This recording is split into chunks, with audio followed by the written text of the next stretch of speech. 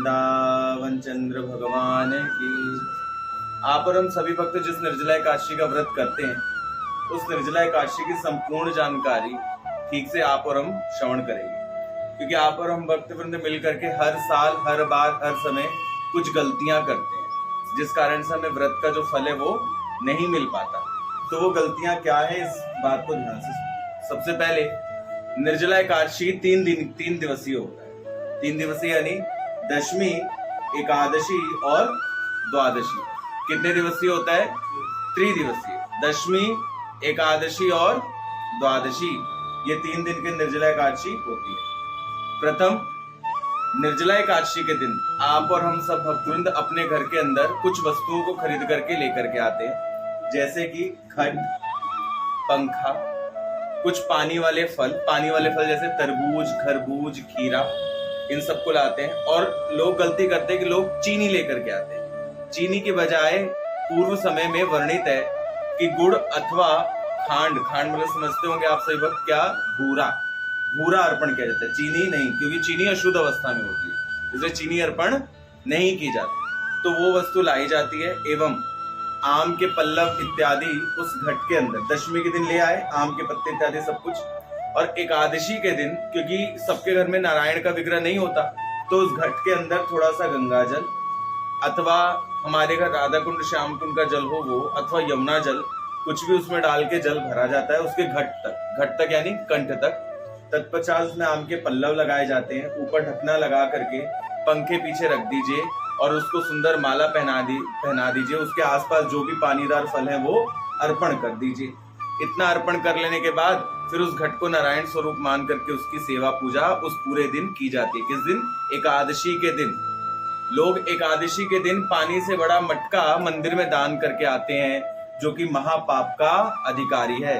जो व्यक्ति एकादशी के दिन पानी बांटता है एवं निर्जला एकादशी, बाकी एकादशी की बात नहीं कर रहा, निर्जला, देखो इसका नाम ही क्या है, निर्जला, यानी बिना जल के। सजला है क्या? अन्य एकादशी में आप बांट सकते हैं जल, लेकिन इस एकादशी को नाम क्या है? निर्जला, जिसमें आप जल अर्पण नहीं कर सकते। तो इसलिए जो लोग भी पानी लगाते हैं, जगह जगह आप देखते हो ना पानी बांटते लोग, निर्जला एकादशी के दिन जगह जगह स्टॉल लगते हैं, ये सब लोग नरक जाने के अधिकारी रहेंगे। कारण, क्योंकि निर्जला एकादशी के दिन आप लोग क्या बांट रहे हैं? जल। ब्रह्म वैवर्ती के पुराण में वर्णन आता है, जो जीव निर्जला एकादशी के दिन पानी का वितरण करता है, जीवों तक पानी पहुंचाता है, वो घोर नरक जाने का अधिकारी होता है। कारण उस दिन क्या है? मना है। लेकिन वही अगर वो द्वादशी के दिन जल अर्पण करता है तो उसको महापुण्य की प्राप्ति होती है। तो इस बात को अधिक से अधिक मंदिरों तक पहुंचाई जाए, ताकि और हमारे भाई बंधु इस प्रकार का पाप ना करें। तो एकादशी के दिन उस घट की पूजा की जाती है और द्वादशी के दिन फिर उस घट को मंदिर में ले जाकर के दान दे दिया जाता है।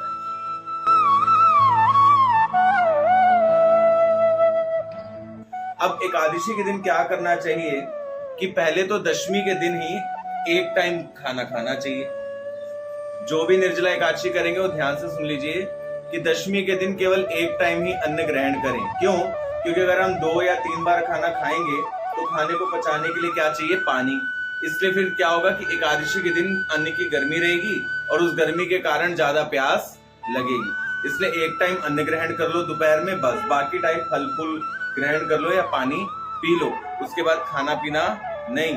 तो एकादशी वाले दिन आपको भूख और प्यास कम लगेगी, एक टाइम अगर अन्न खाओगे दशमी को। फिर रात्रि के पहर के बाद जल का परित्याग कर देना है। जैसे 11-12 बजे, लास्ट 12 बजे पानी पी के जल का परित्याग कर देना है दशमी तिथि को, यानी 30 तारीख को। 31 तारीख पूरा दिन निर्जला रहना है और पारण का टाइम है सुबह 5:30 बजे से लेकर के 9:30 बजे के बीच में। किस दिन? 1 तारीख, 1 जून को पारण का समय है 5:30 से 9:30 के बीच में। तो फिर व्रत का पारण कर लेना है। लेकिन एक बात और ध्यान दीजिए, इस बीच में अगर किसी का स्वास्थ्य ठीक नहीं है, या जैसे कोई व्रत करता है और वो ऑफिस जा रहा है, काम पे जा रहा है, या उसको चक्कर आ रहे हैं गर्मी कारण, तबीयत ठीक नहीं है, तो वो भगवान मुकुंद को प्रणाम करके एवं ठाकुर श्री वृंदावन चंद्र को प्रणाम करके जल पी ले। ऐसा नहीं को प्रतिष्ठा में प्राण गवाई चली जाए, वो जल का पान कर ले।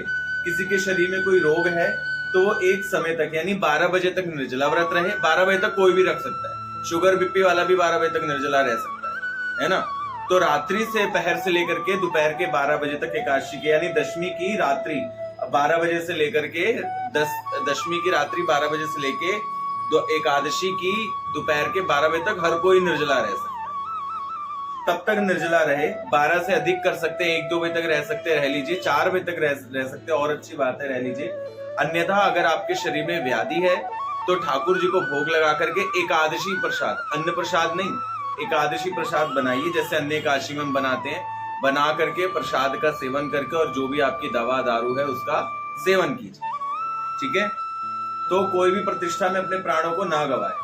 भगवान संकल्पित हैं, मानता हूं, भक्त का भी दृढ़ संकल्प होना चाहिए भगवान, लेकिन जो रख सकते हैं केवल वही रखें, जबरदस्ती ना करें। फिर अब एक वर्णन और सुनिए।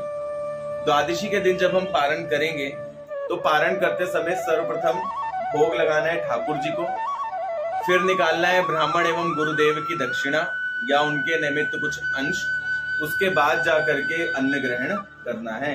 अन्न या जल जो भी, अगर जो निर्जला रख रहे हैं तो उनको जल पी करके व्रत खोलना चाहिए। जल कैसे, जल क्या पीना चाहिए? आपके घर में राधा कुंड श्याम कुंड का जल होगा, आपके घर के अंदर गंगा जल तो होगा सबके घर में, तो गंगा जल का पान करके तब अपने व्रत का पारण, समझ रहे हैं आप सब। अथवा गंगा जल भी नहीं है, राधा कुंड श्याम कुंड का जल भी नहीं है, तो क्या करें? घर में गोपाल जी होंगे, उनको स्नान करा के उनका जलोदक चरणोदक लेना चाहिए। अगर वो भी नहीं है तो क्या करें?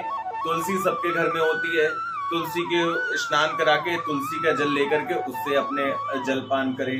अथवा अगर वो भी नहीं है तो घर में चित्रपट सबके होता है भगवान के, चित्रपट के आगे एक गिलास पानी रख करके ठाकुर जी को प्रणाम करके शरबत युक्त पानी शिकंजी टाइप बना के ठाकुर जी के सामने रख के हाथ जोड़ के निवेदन करके भगवान से आर्त भाव से और फिर उस जल का पान करके अपने व्रत को खोले, ठीक।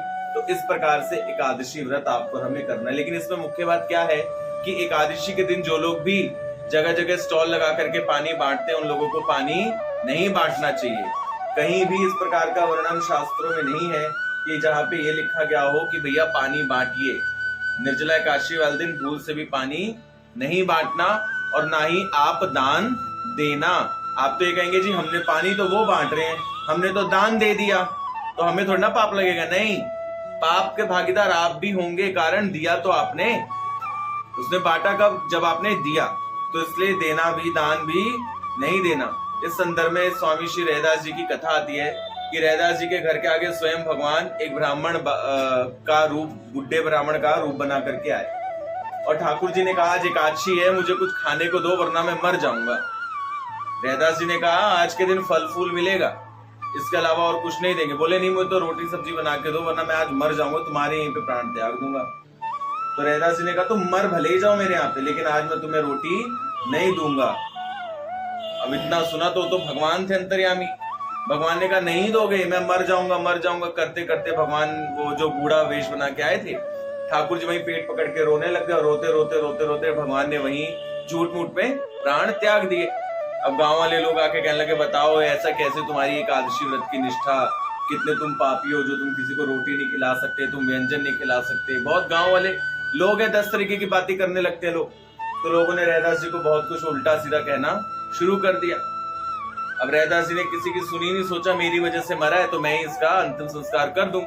उठा के ले गए, चिता के ऊपर रखा। जैसे उसका अंतिम संस्कार करने लग गए तो अंतिम संस्कार करते करते अचानक से भगवान जो विग्रह में थे ब्राह्मण के, वो अंतर ध्यान हो गया। आकाशवाणी हुई कि हे रैदास, मैं तुम्हारे एकादशी व्रत की परीक्षा कर रहा था। तो इसलिए एकादशी के दिन ना हम स्वयं अन्न खाते हैं ना किसी को खिलाते हैं। अगर आप अन्न खाते नहीं लेकिन खिला देते हैं तो आपका व्रत का अंश वहीं पे खत्म हो जाता है। इसलिए एकादशी के दिन ना खाना ना खिलाना। उसी प्रकार से तो अन्य एकादशी की बात है, लेकिन निर्जला एकादशी के दिन तो जल भी ना पीना है और ना किसी को अपने हाथ से देना है कि लो तुम पियो, वरना व्रत क्या हो जाएगा? खंडित। अब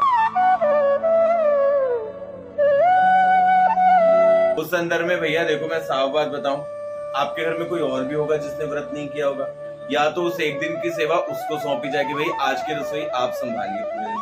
अथवा केवल आप रसोई में बनाइए, किस भावना से बनाइए कि मेरे घर में हमारे घर में कोई नहीं खाएगा, ठाकुर जी तो रोटी सब्जी खाएंगे ना, दाल चावल, उनको तो भोग लगेगा। तो आप अपने घर में अन्न बनाइए, किस रूप में? ठाकुर जी को भोग लगाने के लिए। सुंदर थाल में सजाइए, ठाकुर जी को भोग लगा दीजिए। फिर घर वाले जो मेंबर है उनको इतना बोल दो प्रसाद उठा लो। तो भाई उठाएंगे, आपने तो भगवान की सेवा करी, परंतु पीछे से उठाएंगे कौन? वो लोग, खाएंगे वो लोग। तो वो क्या खा रहे हैं? भोग, यानी भगवान का महाप्रसाद। तो वो खा रहे हैं प्रसाद, तो उनको भी दोष नहीं लगेगा, आपको भी दोष नहीं लगेगा, और इस प्रकार घर वालों की भी सेवा हो जाएगी। सिंपल, क्योंकि प्रसाद खाना तो अलाउड है। ऐसा तो बना के रख दो, फिर भोग लगा दो, बाकी जिसको खाना है वो खाता रहे। ठीक है।